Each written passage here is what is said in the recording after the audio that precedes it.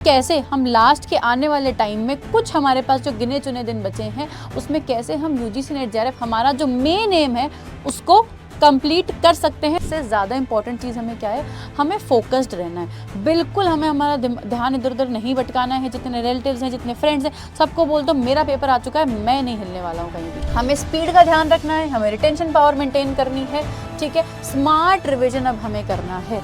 मैं हमेशा कहती हूँ हार्ड वर्क से ज़्यादा स्मार्ट वर्क बहुत इंपॉर्टेंट है।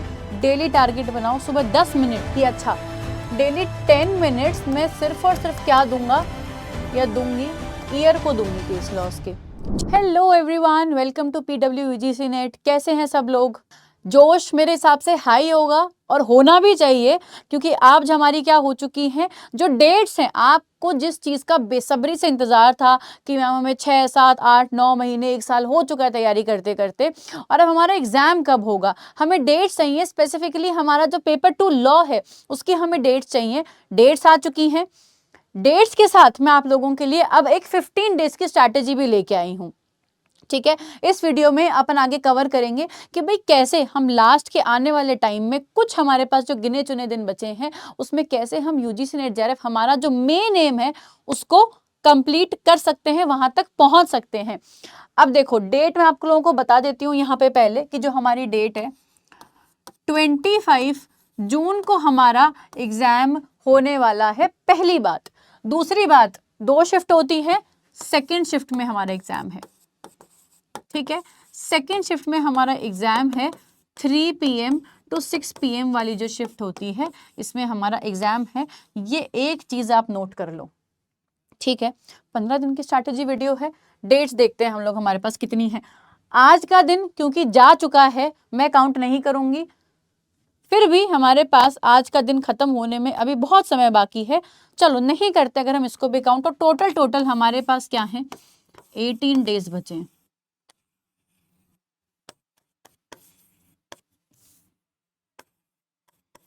मैं सिर्फ पेपर 2 की बात कर रही हूँ। 18 दिन और 10 यूनिट बिल्कुल डुएबल है। अब आप बोलोगे कि मैम ये तो आप बहुत हवा में बात फेंक रहे हो। ऐसा कुछ भी नहीं है, ऐसा कुछ भी नहीं है, बिल्कुल डुएबल है। आप लोगों के लिए नेट निकाला जा सकता है, ऐसी कोई बात नहीं। ऐसा कुछ नहीं कि आपको नहीं आता है। जो बच्चे तैयारी कर रहे हैं ऑलरेडी, जो बच्चे जिनकी थोड़ी बहुत तैयारी है, जो बहुत अच्छे से कर रहे हैं, सब लोगों के लिए ये जो वीडियो है ये हेल्पफुल होने वाला। चलिए चले। अब भाई आपको लग रहा होगा कि मैम 15 दिन की आप वीडियो लेके आ रहे हो, क्या 15 दिन में हो सकता है? भाई इस वीडियो का आपको फायदा क्या है? 15 से 18 दिन, 18 दिन मान लेते हैं अपन।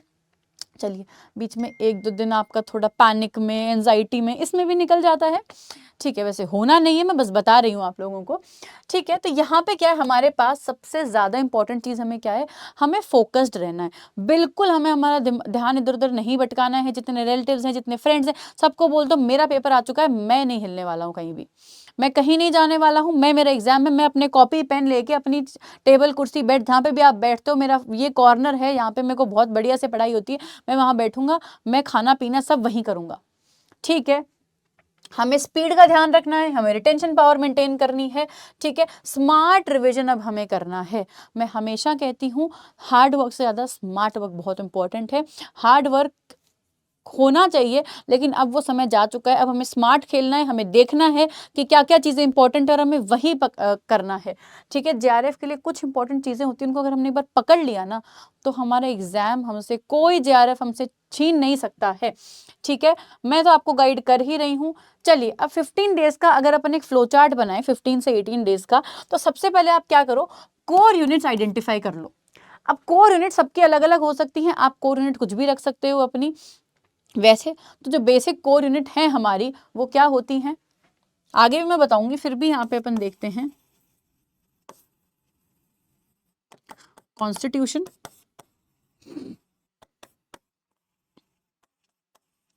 जूरिस्प्रूडेंस, अच्छा फिर भी मैं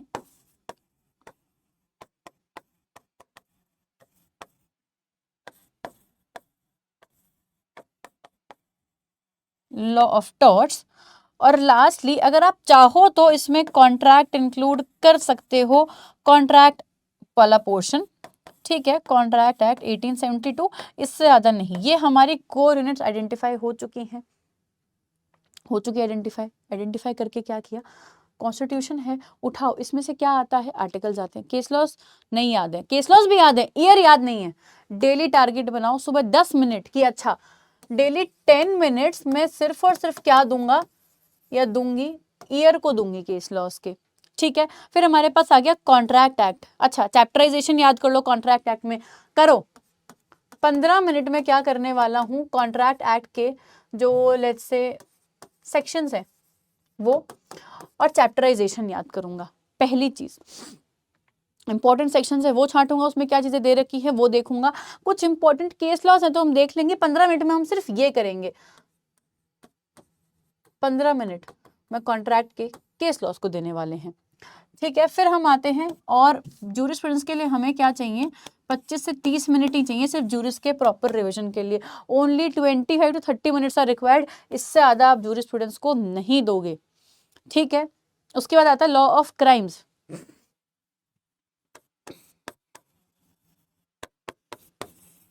15 मिनट। चैप्टराइजेशन क्या हो जाता है, चैप्टराइजेशन तो याद कर लिया, सेक्शंस भी हमें इजीली जो है याद हो जाते हैं। हमें बाद में टोटल 20 मिनट देने हैं किसको, पनिशमेंट को, पनिशमेंट्स प्लस अमेंडमेंट को देने हैं, क्योंकि बहुत सारे अमेंडमेंट होते हैं और चीज़ें जो है अमेंडमेंट से ऐड करी गई हैं, तो हम देखेंगे कि भाई अमेंडमेंट कौन से अमेंडमेंट से क्या ऐड किया गया। जैसे रेप में कितने सारे प्रोविजन है जो बार बार ऐड किए गए हैं 2013 और 18 के अमेंडमेंट से, वो हमें ध्यान रखना है 20 मिनट में। 10 मिनट्स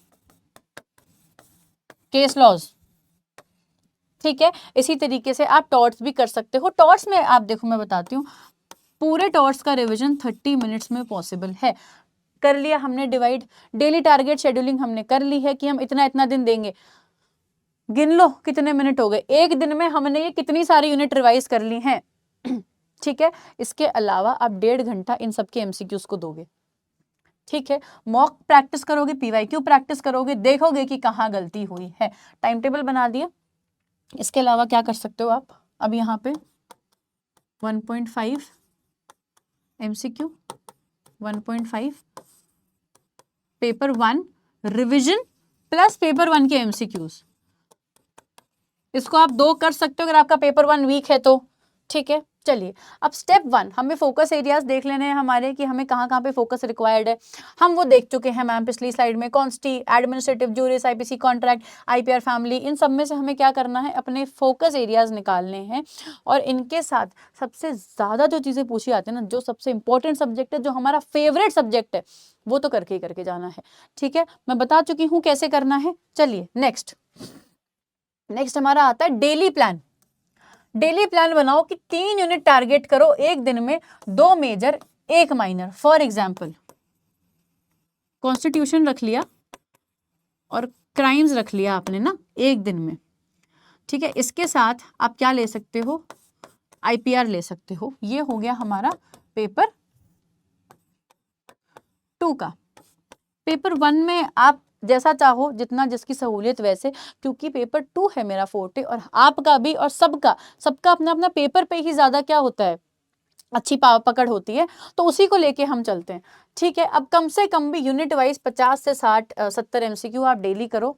अच्छा एमसीक्यू के लिए तो हमें कहीं जाना ही नहीं है, मैम करा रही हैं डेली 6 बजे शाम को, सारे एमसीक्यूज अपन कर रहे हैं, सारी यूनिट के करेंगे। एग्जाम से पहले कोशिश करूंगी कि मैं, वैसे तो सारी यूनिट के हम करेंगे, 40, 50, 70 जितने भी क्वेश्चन हो पाए यूनिट वाइज अपन करेंगे, ठीक है। ये चीज, उसके बाद जितना भी फिक्स टाइम स्लॉट है ना, कि भाई मैंने जैसे कॉन्स्टी को 15 देने हैं, टाइमर लगाओ, 15 में रिविजन करना है फटाफट, ये नहीं कि लेके बैठे ढीले अच्छा देख लिया, नहीं, 15 मिनट टाइमर लगाओ, 15 मिनट में हमें कंप्लीट करना है, एनी हाउ कंप्लीट करना है, ठीक है। उसके बाद हम आते हैं नेक्स्ट पे। अब हमें क्या करना है, प्रैक्टिस एंड मॉक। मैं आपको बता चुकी हूँ 25 जून है, कम से कम उससे पहले 50-70 एमसीक्यू तो आप करोगे ही।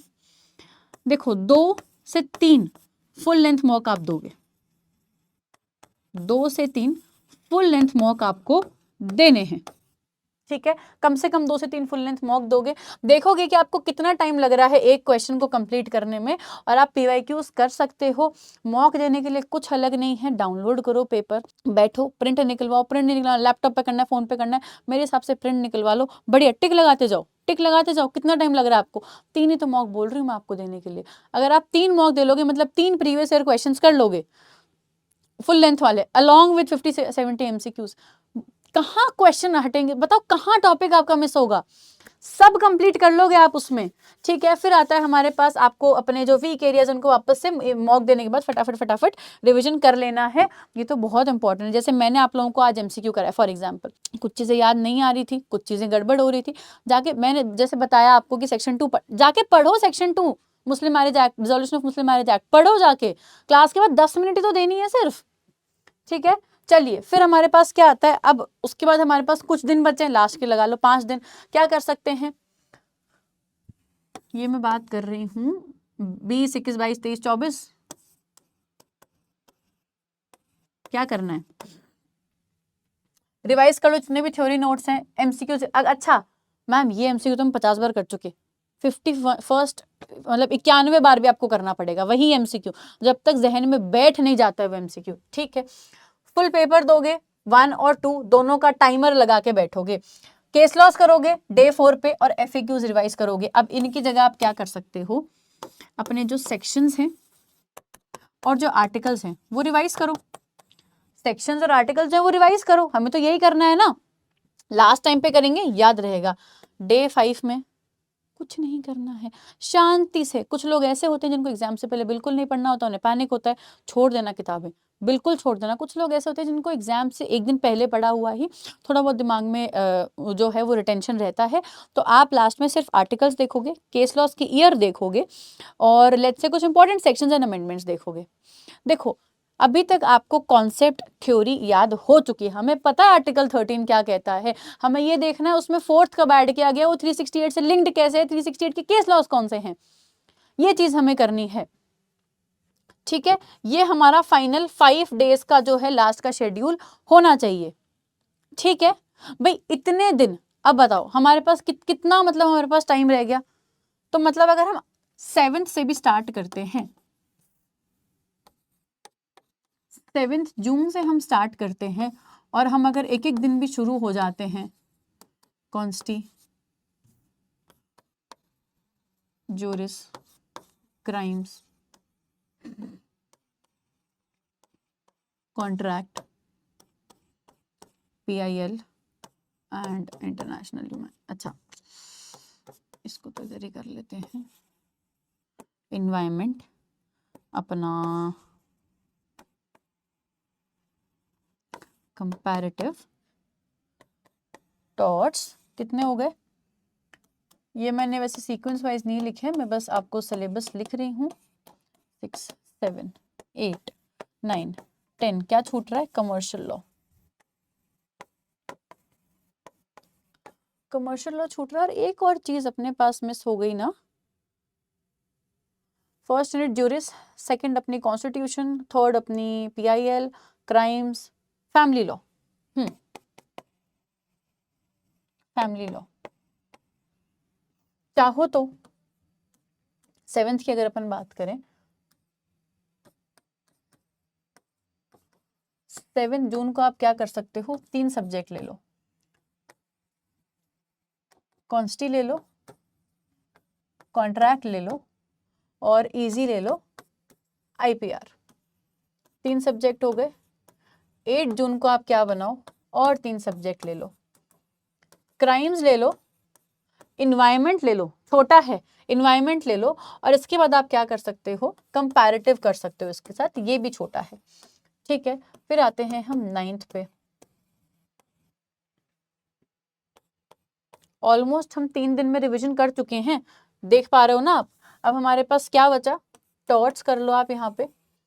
ठीक है, कमर्शियल बहुत इजी है रिवाइज करना, कॉन्ट्रैक्ट के अलावा बाकी तो इसमें बहुत छोटे छोटे हैं, और आप इसके साथ पब्लिक इंटरनेशनल लॉ का कुछ पोर्शन रिवाइज कर लो।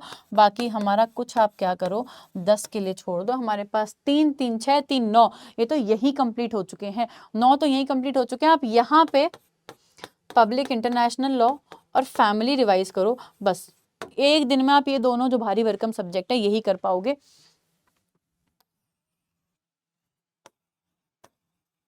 Along with MCQ। ये मैं ये नहीं कह रही कि थ्योरी रिवाइज करने बैठो, थ्योरी रिवाइज करो, मना नहीं कर रहा है आपको कोई, लेकिन जो मैंने टाइम बताया था ना आपको कि टाइम कितना देना है, बस उसके अकॉर्डिंग।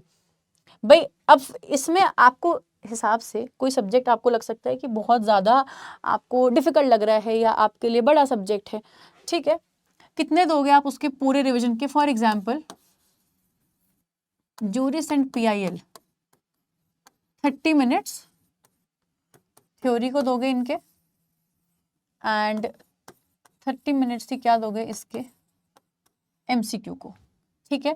कॉन्स्टी का मैंने आपको बता दिया, 15-15 मिनट कैसे डिवाइड करना है आर्टिकल्स, केस लॉज और ईयर्स में और MCQs में। सिमिलरली क्राइम्स का और टॉर्ट्स का देखो बहुत इजी बन गया है, ठीक है। इसके साथ डेली मैं आप लोगों को MCQs तो करवा ही रही हूँ, आप अपनी तरफ से जो कर रहे हो तो ठीक है, मैं भी आपको डेली शाम को 6 बजे MCQs करवा रही हूँ, आप लोगों के बेनिफिट के लिए करवा रही हूँ।